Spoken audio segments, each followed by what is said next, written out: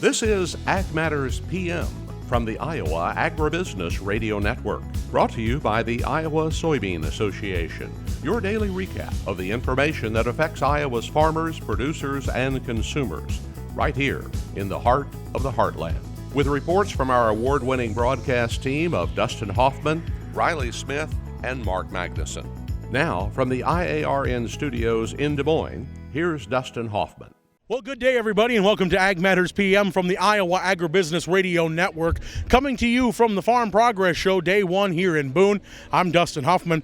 Today is Tuesday, August the 30th, 2022. We're glad you can join us. Coming up in today's show, I talk with NCGA President and St. Ansgar farmer Chris Edgington. We talk about his year in office as the president of the organization. We also talk about some of his high points, his points that wish could have gone a little bit differently. We'll have that discussion coming up, as well as your ag weather outlook. But first, let's run down those markets. It's time now for the Ag Matters PM Closing Market Summary, your source for market analysis and settlement prices from the day's trade in Chicago, courtesy of the folks at agmarket.net. Well, we're at the end of another trading day here on Ag Matters PM, and in person today, Matt Bennett from agmarket.net at the Farm Progress Show. Boy, this noon, things didn't look all that good, but we were just talking, it bounced back a little. We definitely did bounce back. It was kind of nice to see. I mean, you look and see this morning, and boy, everything was under sincere pressure. You know, crude oil was actually taking a huge hit. Last time I looked, we were down $5. At one time, beans were trading 25 to 30 lower. You know, and corn was double digits lower. As you and I talk, as the market's trying to close, you know, corn down 6 or 7, beans down 5 to 6. So a huge win, especially for beans, being able to kind of come back from the body blow they took earlier. Not only today, but yesterday we got beat up as well. Well, and the news coming out of the Fed was not something that the soybean market really wanted to hear. I mean, obviously the Fed's got to do something to combat inflation, but not the news you want to hear if you're in commodities. No, not necessarily. And anytime you see interest rate increases, it makes people just a little ouchy. But let's face it, you know, overall the economy needs something to be able to combat inflation. Now, as a farmer, most of us should understand that inflation's not the end of the world. I've had a lot of folks here at Farm Progress Show say, well, when's fertilizer going to back off, because I want to be able to lock in better margins. I'm like, you know what? Hey, be careful what you wish for, because if fertilizer backs off, corn's backing off too. So let's be careful here. If you want to sell some 620 to 625 D23 corn at today's fertilizer prices, if you can get them, Dustin, I'll tell you, some of these guys are starting to pull their bids, but if you can get the chance to buy the fertilizer and sell 6 1/4 corn, you're going to make one heck of a lot more money than if the corn price drops enough to lower fertilizer prices. I can assure you of that. Yeah, and that's the thing, is we talk about, oh, corn's lower, it's lower. It's still $6.25. I mean, just a couple years ago, it was nowhere near that. Right, and then you've got these 22 corn, you know, anywhere between $6.60, $6.75.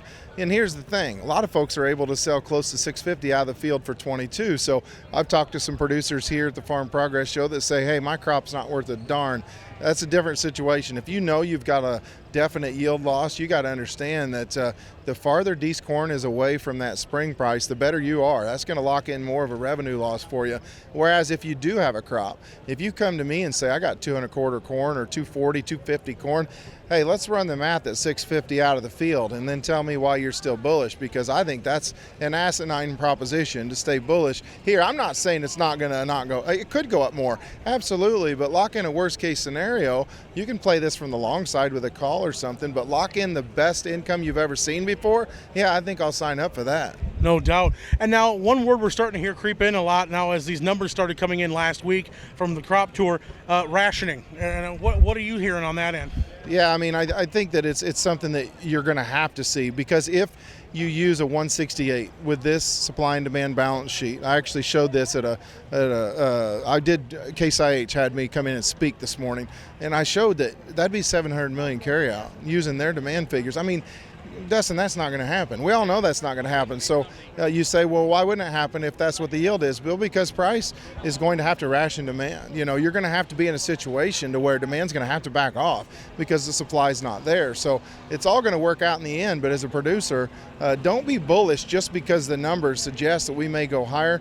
You may see demand get rationed, and then all of a sudden, you know, the prices might take the stairs on the way up, but they're going to take not just the escalator, but the elevator on the way down. All right. So now livestock side of things, we saw earlier today cattle and hogs taking advantage of the hits that soybeans and corn were taking. I mean, 2 days in a row that hogs have been up. They've had a rough couple of weeks.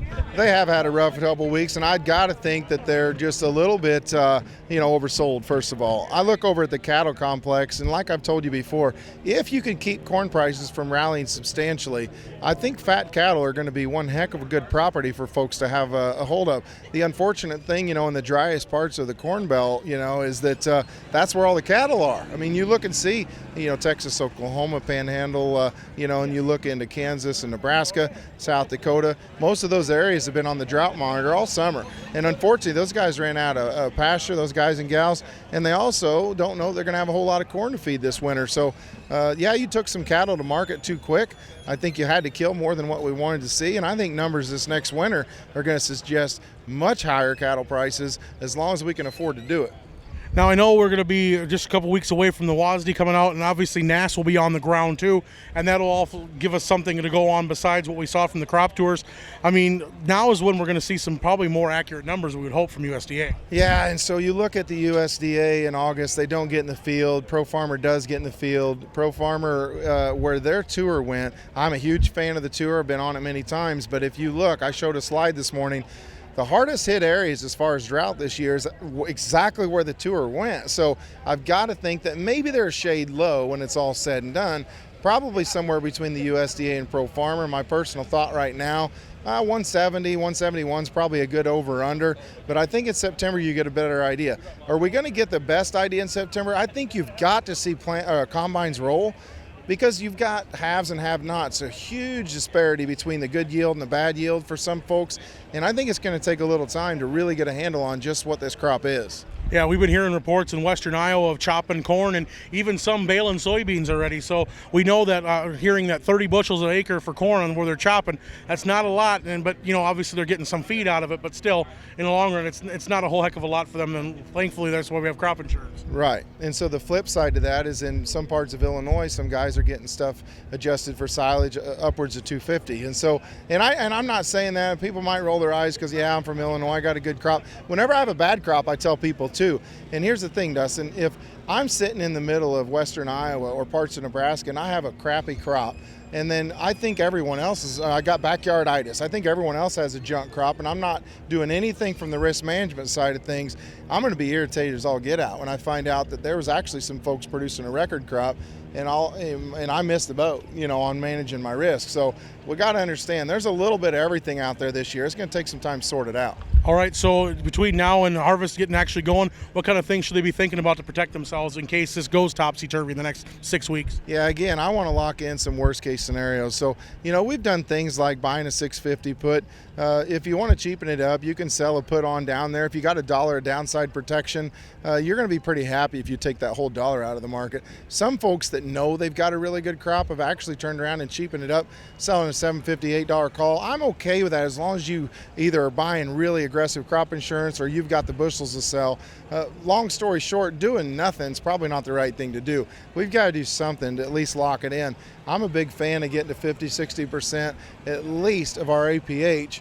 And then, of course, it's going to boil down to where you're at, what kind of crop you're looking at, what's your yield. Last thing I'll say is I want to reemphasize, if you have a yield loss, you have to understand how crop insurance works. If you have fall harvest, the worst thing that can happen is to see 590 average in October. You want to see, like for instance, Dustin, if I get up to $7 D's corn and I'm happy with that as far as what my payout's going to be on my yield loss, sell D's corn. And if it goes on up, so what? Your insurance premium or your payback is coming back higher every day that it rallies. So there's definitely a way to do this. If you're buying the product, let's know how it works. All right, well, if folks out there want to talk these marketing strategies, maybe get themselves protected for the next couple months, how do they get in touch with agmarket.net? Just that, agmarket.net. They can go to agmarket.app. Either place, you can get a hold of all of our info, research, and some of the tools that we put together for technology to be able to help you maximize the ROI on your farm. All right, well, that's Matt Bennett, agmarket.net here on AM/PM. We'll look at the closing market numbers next. At the close, September corn was down 4 at 679 3/4. December down 5 3/4 at 677 1/4. Soybeans for September down 21 3/4 at 15.13 even. November beans down 5 1/4 at 14.32 1/2. Soy meal was down $3.80 at 429.80. Soy oil up 4 cents at 67.69. December Chicago wheat down 22 1/2 at 820 1/4. Minneapolis wheat down 12 3/4 at 920 1/2. Kansas wheat down 14 3/4 at 897 3/4. December oats down 13 3/4 at 398 even. October live cattle up 92 cents at 143.82. September feeders up 225 at 182.17. October lean hogs up $1.35 at 93.60. Pork cutouts up 97 cents at 103.60. And Class 3 milk was down a penny at 20.12. And that's been a check of the ag market recap. We're going to take a short break and hear from our sponsor, the Iowa Soybean Association, and the Soy Checkoff. And when we come back, I talk with NCGA President and Iowa farmer Chris Edgington. This is Ag Matters PM. Iowa Soybean Association is driven to deliver for Iowa's 40,000 soybean farmers. We're proud to provide objective agronomic research, a helping hand with soil and water stewardship, and timely industry news powered by the Soybean Checkoff. Learn more at iasoybeans.com. Welcome back to AM/PM from the Iowa Agribusiness Radio Network. I'm Dustin Huffman. I had the chance this morning to catch up with St. Ansgar farmer and NCGA President Chris Edgington. We talked about the year he had and also talked about some of the highs and lows he's had during his presidency, and we talked about some of the issues that the NCGA is monitoring here for the corn industry. All right, we're at Farm Progress Show 2022 in Boone, Iowa with National Corn Growers Association President Chris Edgington. Chris, thanks for taking some time out of your busy schedule to talk with us today. Absolutely, my pleasure. So as we're looking ahead here at this point in time with corn, and I know there's a lot of issues, everybody's got them, but tell us a little bit about where things are right now as we're getting ready to head into this harvest for corn growers around the country. Well, first off, corn growers are worried about harvest, and that really varies. It's kind of been another year of the haves and the have-nots, and Iowa's a classic example of that. Western Iowa, Southern Iowa, been pretty darn dry most of the year. Picked up a few rains lately, which we need to have. You got to get started. You get into Northern Iowa, where I live, Northeast Iowa, along the eastern side of the state, things look really pretty good. They've picked up rains. They're going to have a pretty good crop, but it's behind. We still need all of September to be just like today, sunny, nice temperatures, and to get to the end, and then we can probably get there. But right away, then everybody's talking about inputs, and they're already thinking for next year's crop. And that's one of the things I try to tell people. It's a lot of times we're balancing 3 crops at once. You still got last year's crop in the bin, maybe. You got this year's crop you're working on, and we're thinking about next year. And input costs are going to be up, and especially from a year and a half ago, but they're up even probably in some cases from last year. Now there's some real concerns again about nitrogen because of the challenges going on. Obviously potash, we only got one really good supplier right now, and that's our friends to the north in Canada, just because of Russia and Belarus issues. And phosphorus is still fighting some tariff challenges. We're still waiting to hear on a amicus brief court ruling and things that we thought we'd have by the end of this month, which is getting really close. But they are worried about that. They talk about seed prices. Nobody's really got a price out yet, but everybody's pretty much expecting some sort of increase, just simply from the fact that a year ago they didn't. Seed companies were pretty flat. It's one of our bright spots on inputs a year ago. Probably won't be as bright this year. And obviously energy costs are up. And in my area of the world, when you get north where we dry a lot of our corn, LP is a real concern for people. Prices this summer have not varied a whole lot, but they're all worried about when we get to the second half of corn drying season, if logistically we are able to get some supply. And we're talking about, those issues like we said with fertilizer and things like that. It's just been an ongoing issue, 300% increases over last year. And, at least then people maybe had something booked a little cheaper, but this year there's no chance of getting in there. No, there's not. And we're hearing about some places that are now having to pull their prices. That they did have if they had one, because they have pre-booked the inventory they had on hand, and they don't know what the next run of supply is going to be. And so that's a real challenge, and it's leaving a lot of people very frustrated because they're also thinking about crop rotations and where do they go. And in northern Iowa and Minnesota, there's a lot of corn on corn. We just do corn a little better than we can do corn on beans, or equal to that, and it's been one of our revenue generators. But obviously, if you can't get the inputs, can't get the nitrogen, then you do have to look at a different rotation, whether it's going to soybeans, whether that's looking at something like wheat, which is not a big driver in my area, but some areas it can be. It takes less nitrogen for wheat. It does take nitrogen, it just takes less. There's a few areas for niche products, but we just don't need that many vegetables, as an overall, because we're already in pretty good supply on that. Of course, other issues, we're hearing the latest one out of California. It's like they've always got something new for us. And now this proposed ban on fuel, all selling any gasoline powered engines. I mean, obviously with biodiesel and ethanol, from the corn, that's not something we want to be hearing about, especially when it's something that can help the environment off the bat. Yeah, it's an interesting statement that they come out with, and we're still working through some of that. But a bright spot for California. They're the number one market for E85. They're the number one market for flex fuel vehicles. Almost all vehicles traded in the Midwest are going to California because it's $2 a gallon cheaper. So their consumers are all over it, which should tie in nicely to the Next Generation Fuels Act, which is a higher ethanol blend with a higher compression engine. So we are already improving their environment out there, and they know it. And yet they struggle with things like E15, which is just kind of a crazy thing to think about. But California is that's a pretty ambitious goal. The numbers I'm hearing is the amount that they've got to build for infrastructure and all of that will be a real challenge, because they have challenges with their infrastructure anyway in a lot of areas, because it's a big economy. There's a lot going on. There's a lot of consumers. So we're optimistic that we have a good solution right now, right here, that they're already embracing actually in a lot of ways, and that we can continue to build on that. And of course, just because they may ban the sales of them doesn't take them off the road, the ones that are already there. The internal combustion engine is going to be here for a long time. And we haven't even talked about my friends in soy with the renewable diesel and the biodiesel and all of that, which California appetite for that is very large. So yeah, we're pretty optimistic that the internal combustion engine will be using some sort of renewable product for a long, long time. Now, later on this year, you're going to be turning over the reins after a year in the office. Tell us about some of the things that you were able to accomplish and things you're pretty proud of here this last year. I probably got to go back towards the beginning and this whole fertilizer deal.